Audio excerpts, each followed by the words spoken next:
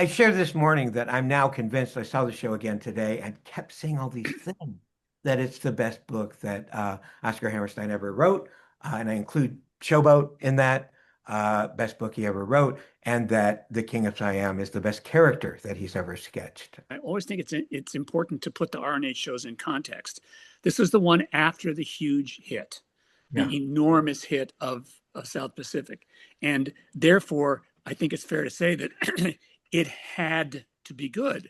So if Hammerstein was working overtime to make certain that his libretto it was really good, it showed. I mean, I don't think he ever sloughed it off, but he right. always, he would always he was working very hard. I thought I would share one thing which is kind of fun. This is something that I'd forgotten about that I wrote for an introduction to a published version, which was because it followed South Pacific and everybody loved South Pacific. Two excerpts from reviews of this show, which was it must be reported. This is Brooks Atkinson. It must be reported that The King and I is no match for South Pacific. And then Richard Watts in the Post said, unfairly but inevitably, everyone will want to know if it's as good as South Pacific. And I will confess that I don't suppose it is. And then, curiously, in the same reviews, Brooks Atkinson wrote, The King and I is a lovely and exciting achievement, an unusual taste and imagination, and great credit to its distinguished authors and the American theater. So, and what's the other one? It's beautiful and lovable musical play. So it's interesting that they couldn't start with that part. They had to do the comparison to South Pacific. Also, the score was not very well received.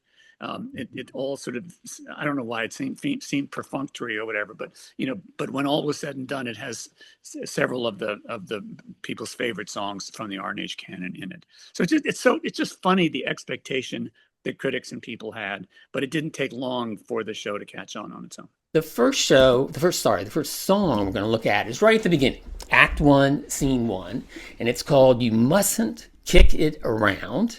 It's the lead character, Joey Evans, and he comes in and he's auditioning for an MC job at this second-rate Chicago nightclub, and he performs a song as a stage club number.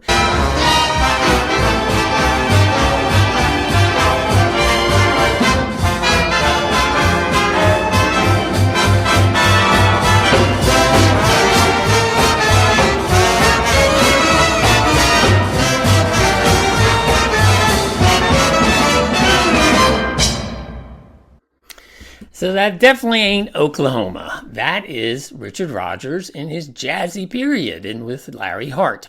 The way these guys worked together was that Richard Rodgers always went first. The music came first, and then Larry would attach lyrics to the songs. That was their working method. So real quick, just to explain a little what you heard. You heard very breezy, what's called swing music.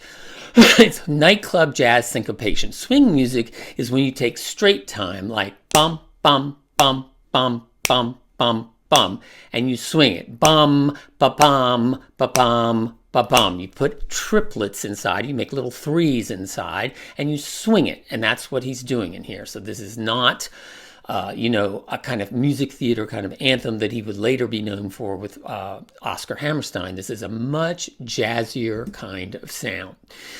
The music itself sounds very relaxed and charming, but this is absolutely deliberate in what they're doing, because what's happening is it's Larry's side of it that's a little more biting. You mustn't kick it around. What he's doing is trying to use these songs to define the character with this self-protected worldview, and he's revealing Joey's core view, which is that he's going to stay charming, stay mobile, and never invest enough in a relationship to ever get hurt.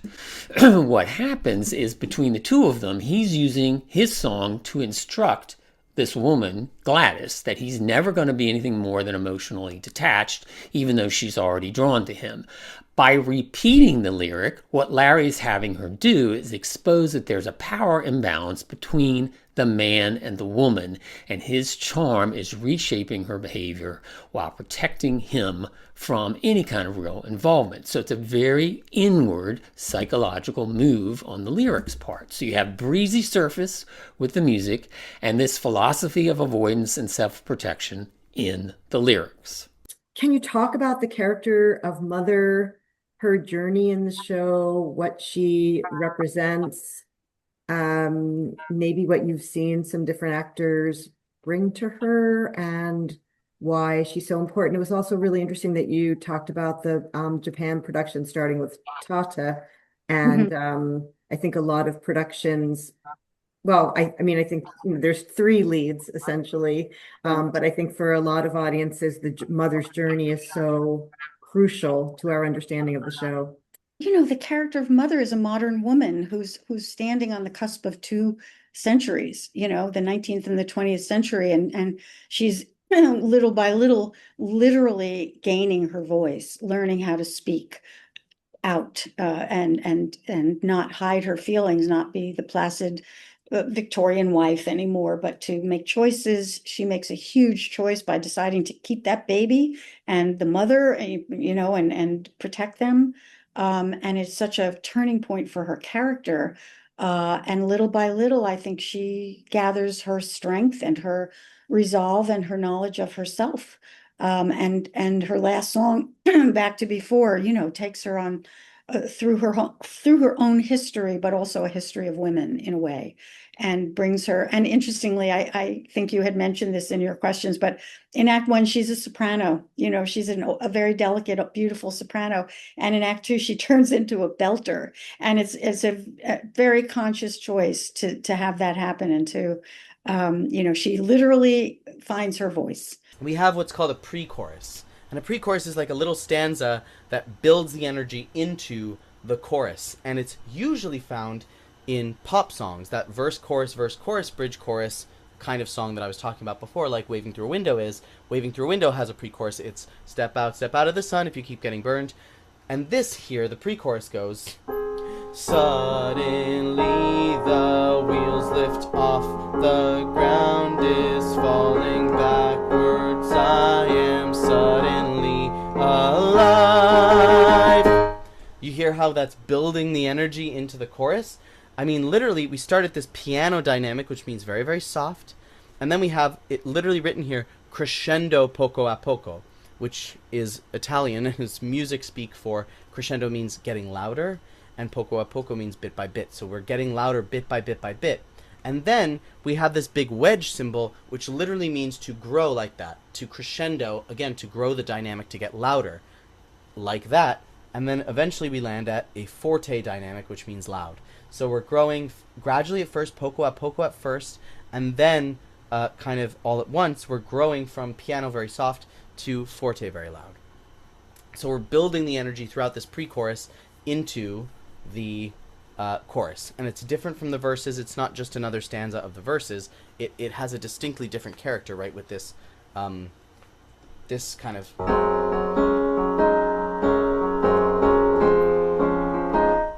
this like G flat sharp 4 that resolves. Like that's new. It's new musical information. It feels like a new section of music. So it doesn't feel like another stanza of the verses, and it builds us into the chorus, so it really feels like a true pop pre-chorus.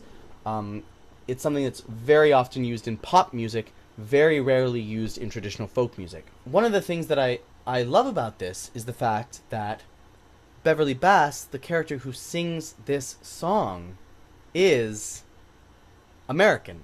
She's one of the characters in the show who is not from Newfoundland and did not grow up with traditional Celtic music. She grew up with traditional, like, American songbook kind of music.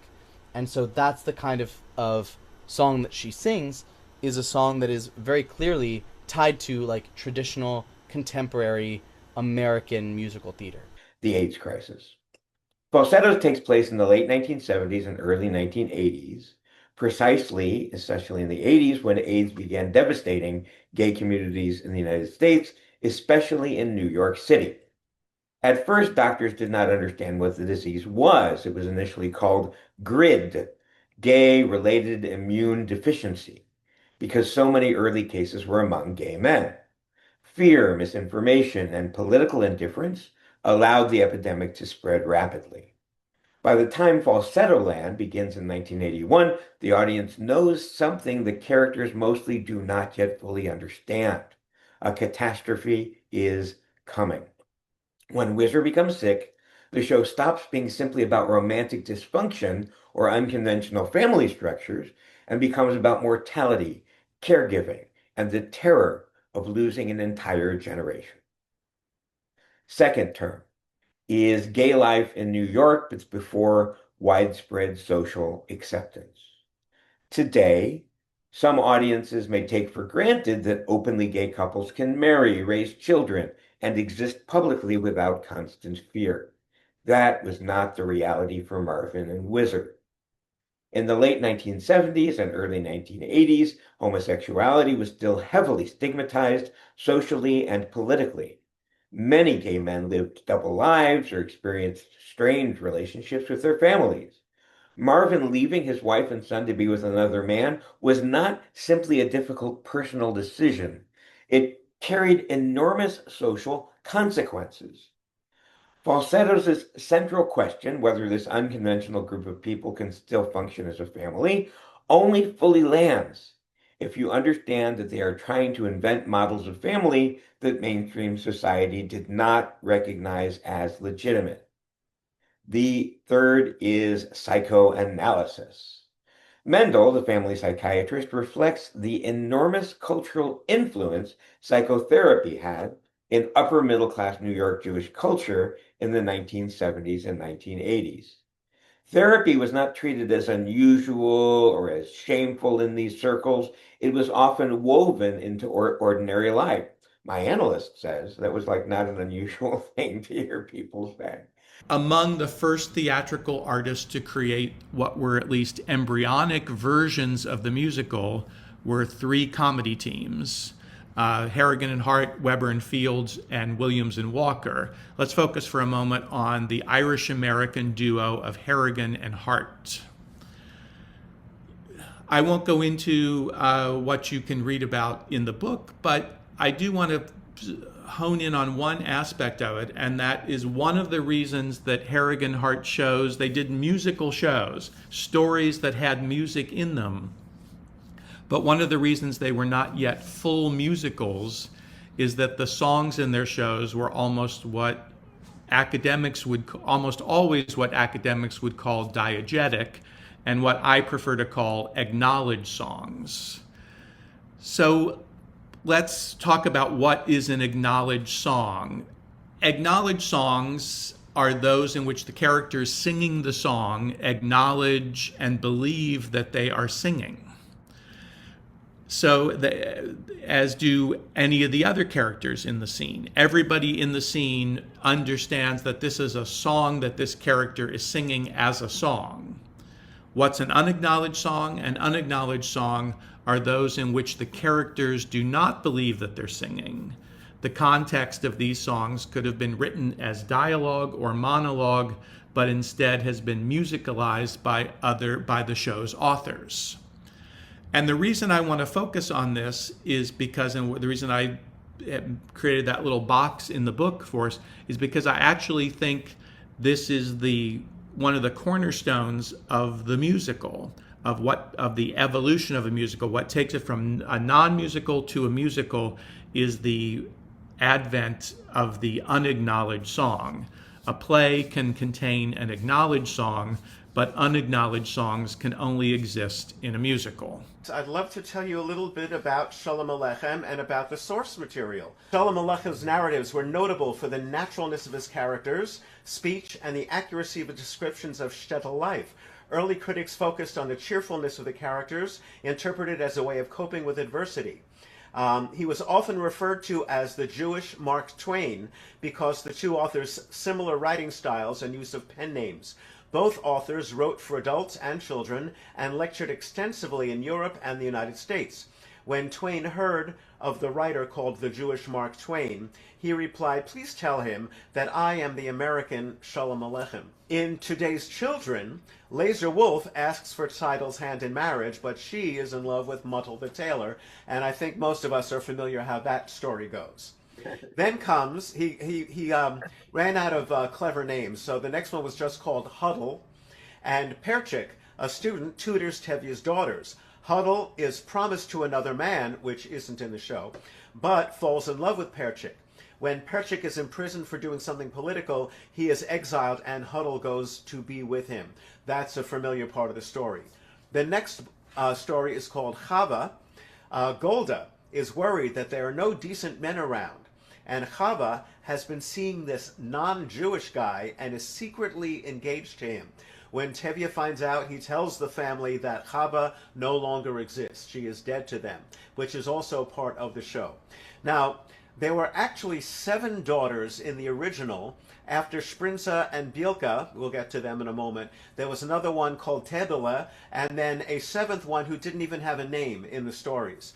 But the next story, Sprinza, is a rich widow's son, Aranchik, falls for Sprinza, and they are very happy. But Aranchik's family is not. And so they offer Tevye hush money to make the whole thing go away. So he takes the money and breaks them up. And Sprinza can't get over it and drowns herself a few weeks later. Here we've got a slightly atypical meter. It's not uncommon, but what is uncommon is to see an entire song in this meter, which if you look right here, it's a little 6 over a 4, which means that basically there's 6 pulses in every bar. So we're counting this as 1, 2, 3, 4, 5, 6. 1, 2, 3, 4, 5, 6. Now, typically we like to feel things in groups of 2 or 3. So for example, if you're thinking 2, 4, 1, 2, 1, 2, 3, 4, 1, 2, 3, 1, 2, 3. In 4, 4, we have most commonly, if you've heard of the backbeat, it's where if you have a drum kit, it's where they're playing 2 and 4. It's almost dividing the bar of 4 into 2 groups of 2.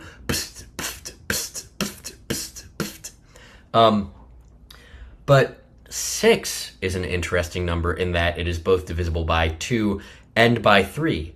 So you could feel this hypothetically as 3 groups of 2, 1, 2, 3, 4, 5, 6. Or 2 groups of 3, 1, 2, 3, 4, 5, 6. So, which is it? Well, let's take a listen. You're always sorry, you're always grateful, you're always wondering what might have been. Then she walks in.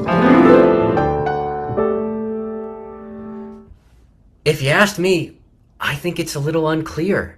I don't know if I feel this as 1, 2, 3, 1, 2, 3, 1, 2, 3, 1, 2, 3, or 1, 2, 1, 2, 1, 2, or even 1, 2, 3, 4, 1, 2, 1, 2, 3, 4, 1, 2. If that was you're always sorry, 1, 2, always grateful, 1, 2.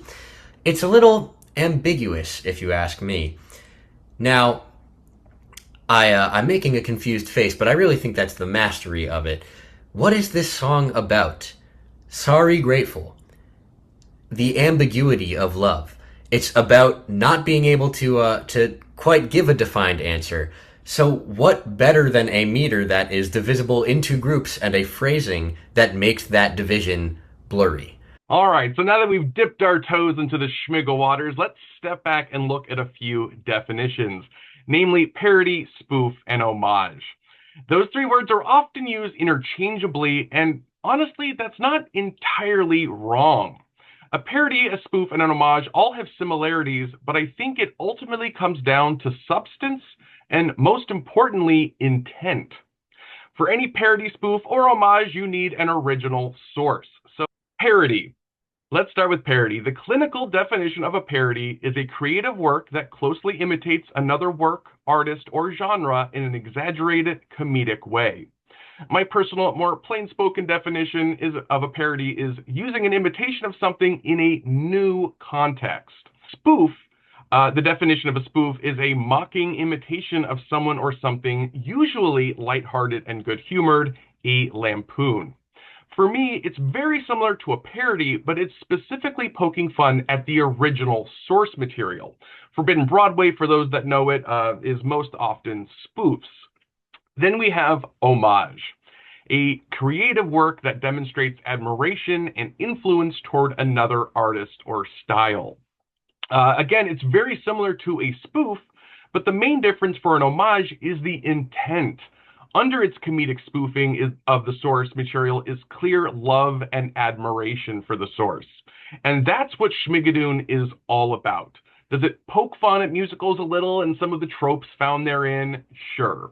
But ultimately, it's celebrating the original sources.